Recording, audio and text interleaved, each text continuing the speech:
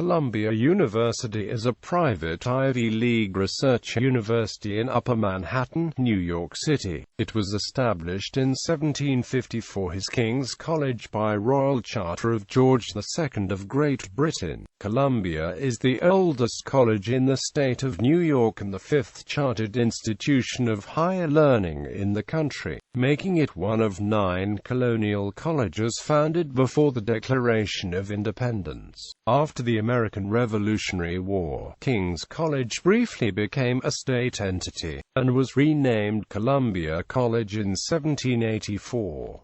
A 1787 charter placed the institution under a private board of trustees before it was renamed Columbia University in 1896 when the campus was moved from Madison Avenue to its current location in Morningside Heights, occupying 32 acres of land. Columbia is one of the 14 founding members of the Association of American Universities, and was the first school in the United States to grant the MD degree. The university is organized into 20 schools, including Columbia College, the School of Engineering and Applied Science, and the School of General Studies. The university also has global research outposts in Amman, Beijing, Istanbul, Paris, Mumbai, Rio de Janeiro, Santiago, Asuncion and Nairobi. It has affiliations with several other institutions nearby, including Teachers College, Barnard College, and Union Theological Seminary, with joint undergraduate programs available through the Jewish Theological Seminary of America, University College London, Sciences Po, City University of Hong Kong, and the Juilliard School. Columbia annually administers the Pulitzer Prize. Notable alumni and former students include 5 Founding Fathers of the United States, 9 Justices of the United States Supreme Court, 20 living billionaires, 29 Academy Award winners, and 29 heads of state, including 3 United States presidents. Additionally, 104 Nobel laureates have been affiliated with Columbia as students, researchers, faculty, or staff. Columbia is second only to Harvard University in the number of Pulitzer Prize-winning alumni and former students, with over 100 recipients as of 2015. History. King's College discussions regarding the founding of a college in the province of New York began as early as 1704, at which time Colonel Lewis Morris wrote to the Society for the Propagation of the Gospel in Foreign Parts, the missionary arm of the Church of England, persuading the Society that New York City was an ideal community in which to establish a college. However, not until the founding of Princeton University across the Hudson River in New Jersey did the city of New York seriously consider founding a college. In 1746 an act was passed by the General Assembly of New York to raise funds for the foundation of a new college. In 1751, the Assembly appointed a commission of 10 New York residents, 7 of whom were members of the Church of England, to direct the funds accrued by the state lottery towards the foundation of a college. Classes were initially held in July 1754 and were presided over by the college's first president, Dr. Samuel Johnson. Dr. Johnson was the only instructor of the college's first class, which consisted of a mere 8 students. Instruction was held in a new schoolhouse adjoining Trinity Church, located on what is now Lower Broadway in Manhattan. The college was officially founded on October 31, 1754, as King's College by royal charter of King George II, making it the oldest institution of higher learning in the state of New York and the 5th oldest in the United States. In 1763, Johnson was succeeded in the presidency by Miles Cooper, a graduate of the Queen's College, Oxford, and an ardent Tory. In the charged political climate of the American Revolution, his chief opponent in discussions at the college was an undergraduate of the class of 1777, Alexander Hamilton. The American Revolutionary War broke out in 1776, and was catastrophic for the operation of King's College, which suspended instruction for 8 years beginning in 1776 with the arrival of the Continental Army. The suspension continued through the military occupation of New York City by British troops until the departure in 1783.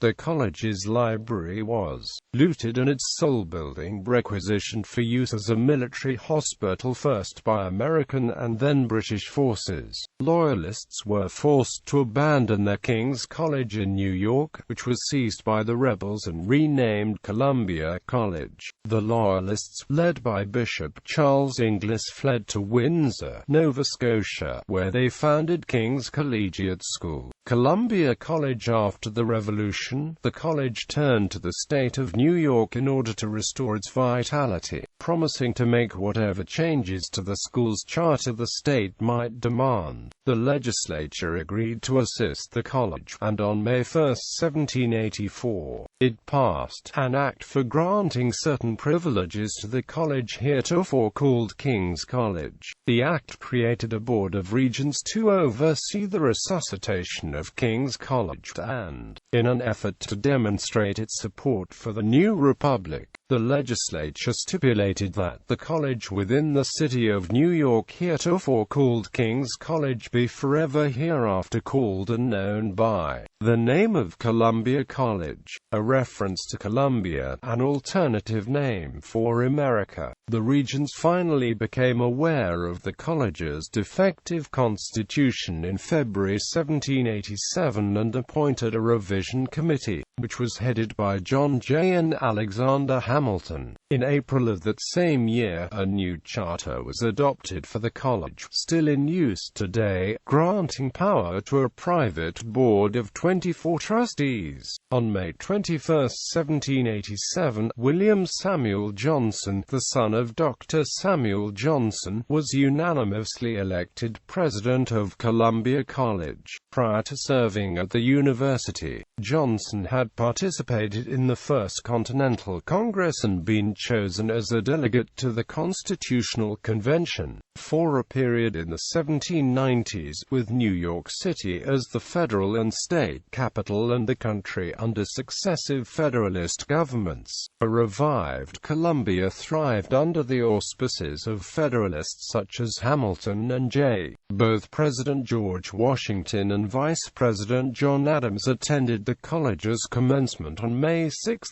1789, as a tribute of honor to the many alumni of the school who had been involved in the American Revolution. The college's enrollment, structure, and academics stagnated for the majority of the 19th century, with many of the college presidents doing little to change the way that the college functioned. In 1857, the college moved from Park Place to a primarily Gothic Revival campus on 49th Street and Madison Avenue, where it remained for the next 40 years.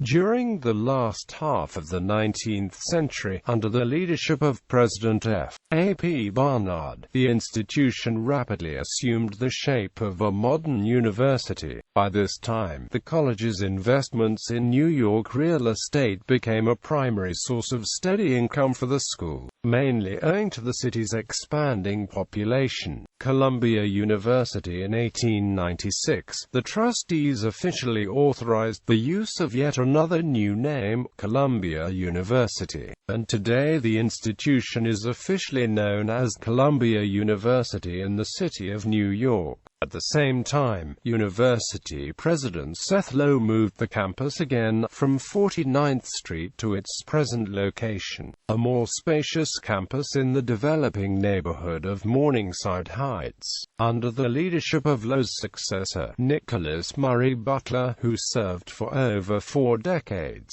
Columbia rapidly became the nation's major institution for research, setting the multiversity model that later universities would adopt. Research into the atom by faculty members John R. Dunning, I. Rabi, Enrico Fermi and Polycarp Kusch placed Columbia's physics department in the international spotlight in the 1940s after the first nuclear pile was built to start what became the Manhattan Project. In 1947, to meet the needs of GIs returning from World War II, University Extension was reorganized as an undergraduate college and designated the Columbia University School of General Studies. During the 1960s, Columbia experienced large-scale student activism, which reached a climax in the spring of 1968 when hundreds of students occupied buildings on campus. The incident forced the resignation of Columbia's president Grayson Kirk and the establishment of the University Senate, though several schools within the university had admitted women for years. Columbia College first admitted women in the fall of 1983. After a decade of failed negotiations with Barnard College, the all-female institution affiliated with the university, to merge the two schools. Barnard College still remains affiliated with Columbia, and all Barnard graduates are issued diplomas authorized by both Columbia University and Barnard College. Campus. Along with NYU and the Catholic Church, Columbia University is one of the top 3 largest landowners in New York City. Morningside Heights. The majority of Columbia's graduate and undergraduate studies are conducted in Morningside Heights on Seth Low's late 19th century vision of a university campus where all disciplines could be taught in one location. The campus was designed along Beaux-Arts principles by architects McKim, Mead, and White. Columbia's main campus occupies more than 6 city blocks, or 32 acres, in Morningside Heights, New York City, a neighborhood that contains a number of academic institutions. The university owns over 7,800 apartments in Morningside Heights, housing faculty, graduate students, and staff. Almost 24 undergraduate dormitories are located on campus or in Morningside Heights. Columbia University has an extensive underground tunnel system more than a century old, with the oldest portions predating the present campus. Some of these remain accessible to the public, while others have been cordoned off. The Nicholas Murray Butler Library, commonly known simply as Butler Library, is the largest single library in the Columbia University library system, and is one of the largest buildings on the campus. Proposed as South Hall by the university's former president Nicholas Murray Butler as expansion plans for Low Memorial Library stall. The new library was funded by Edward Harkness, benefactor of Yale's residential college system, and designed by his favorite architect, James Gamble Rogers. It was completed in 1934 and renamed for Butler in 1946.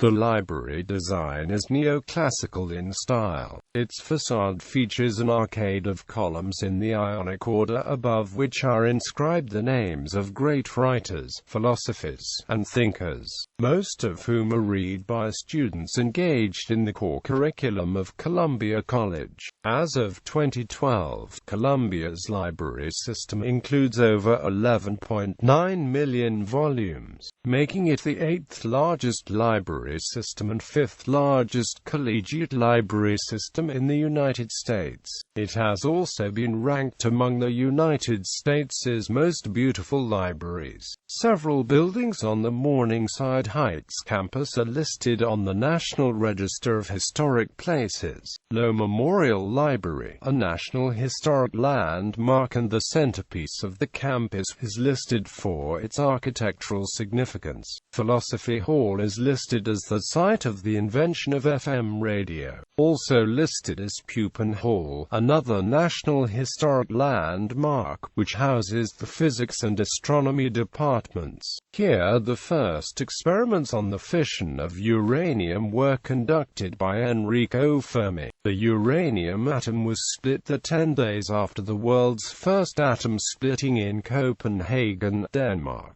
A statue by sculptor Daniel Chester French called Alma Mater is centered on the front steps of Low Memorial Library. McKim, Mead and Amp White invited French to build the sculpture in order to harmonize with the larger composition of the court and library in the center of the campus. Draped in an academic gown, the female figure of Alma Mater wears a crown of laurels and sits on a throne. The scroll-like arms of the throne end in lamps representing Sapientia and Doctrina. A book signifying knowledge balances on her lap, and an owl, the attribute of wisdom, is hidden in the folds of her gown. Her right hand holds a scepter composed of 4 sprays of wheat, terminating with a crown of King's College, which refers to Columbia's origin as a royalist institution in 1754.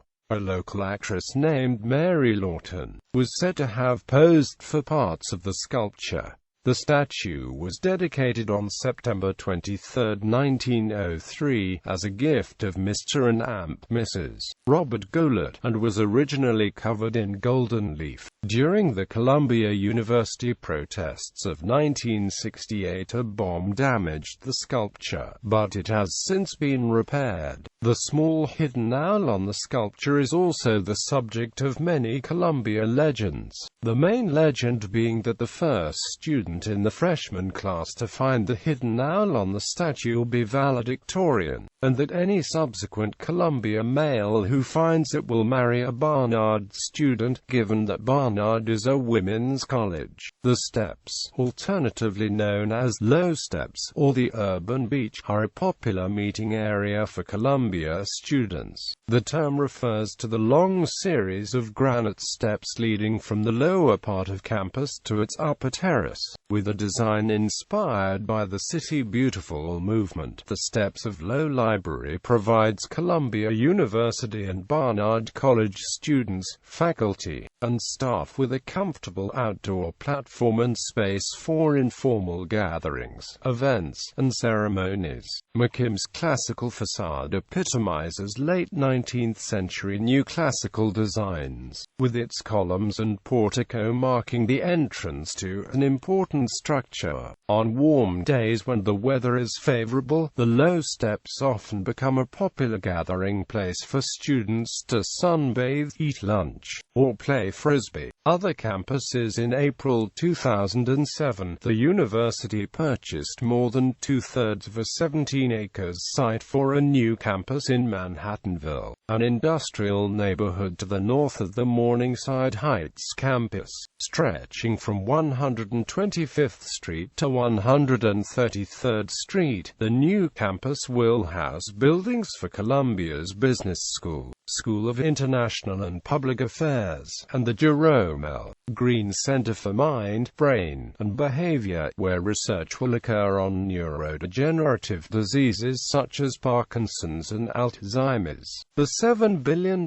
expansion plan includes demolishing all buildings, except 3 that are historically significant, eliminating the existing light industry and storage warehouses, and relocating tenants in 132 apartments. Replacing these buildings will be 6,800,000 square feet of space for the university. Community activist groups in West Harlem fought the expansion for reasons ranging from property protection and fair exchange for land, to residents' rights. Subsequent public hearings drew neighborhood opposition. Most recently, as of December 2008, the state of New York's Empire State Development Corporation approved use of eminent domain, which, through declaration of Manhattanville's blighted status, gives governmental bodies the right to appropriate private property for public use. On May 20, 2009, the New York State Public Authorities Control Board approved the Manhattanville expansion plan, and the first buildings are under construction. New York Presbyterian Hospital is affiliated with the medical schools of both Columbia University and Cornell University. According to U.S. News & Amp World Report's America's Best Hospitals 2009, it is ranked 6th overall and 3rd among university hospitals. Columbia's medical school has a strategic partnership with New York State Psychiatric Institute, and is affiliated with 19 other hospitals in the U.S. and 4 hospitals overseas. Health-related schools are located at the Columbia University Medical Center, a 20-acre campus located in the neighborhood of Washington Heights, 50 blocks uptown. Other teaching hospitals affiliated with Columbia through the New York Presbyterian Network include the Payne-Whitney Clinic in Manhattan, and the Payne-Whitney Westchester, a psychiatric institute located in White Plains, New York. On the northern tip of Manhattan Island, Columbia owns 26-acre Baker Field, which includes the Lawrence A. Wien Stadium as well as facilities for field sports, outdoor track, and tennis. There is a third campus on the west bank of the Hudson River, the 157-acre Lamont Doherty Earth Observatory and Earth Institute in Palisades, New York. A fourth is the 60-acre Nevis Laboratories in Irvington, New York for the study of particle and motion physics. A satellite site in Paris, France holds classes at Reed Hall. Sustainability. In 2006, the university established the Office of Environmental Stewardship to initiate, coordinate and implement programs to reduce the university's environmental footprint. The U.S. Green Building Council selected the university's Manhattanville plan for their leadership in energy and environmental design neighborhood design pilot program. The plan commits to incorporating smart growth, new urbanism and green building design principles. Columbia is one of the 2030 Challenge partners, a group of 9 universities in the city of New York that have pledged to reduce the greenhouse emissions by 30% within the next 10 years. Columbia University adopts LEED standards for all new construction and major renovations. The university requires a minimum of silver, but through its design and review process seeks to achieve higher levels. This is especially challenging for lab and research buildings with their intensive energy use. However, the university also uses lab design guidelines that seek to maximize energy efficiency while protecting the safety of researchers. Every Thursday and Sunday of the month, Columbia hosts a green market where local farmers can sell their produce to residents of the city. In addition, from April to November, Hodgson's Farm, a local New York gardening center, joins the market, bringing a large selection of plants and blooming flowers. The market is one of the many operated at different points throughout the city by the non-profit group Growny. Dining Services at Columbia spends 36% of its food budget on local products. In addition to serving sustainably harvested seafood and fair trade coffee on campus, Columbia has been rated B+ by the 2011 College Sustainability Report Card for its environmental and sustainability initiatives.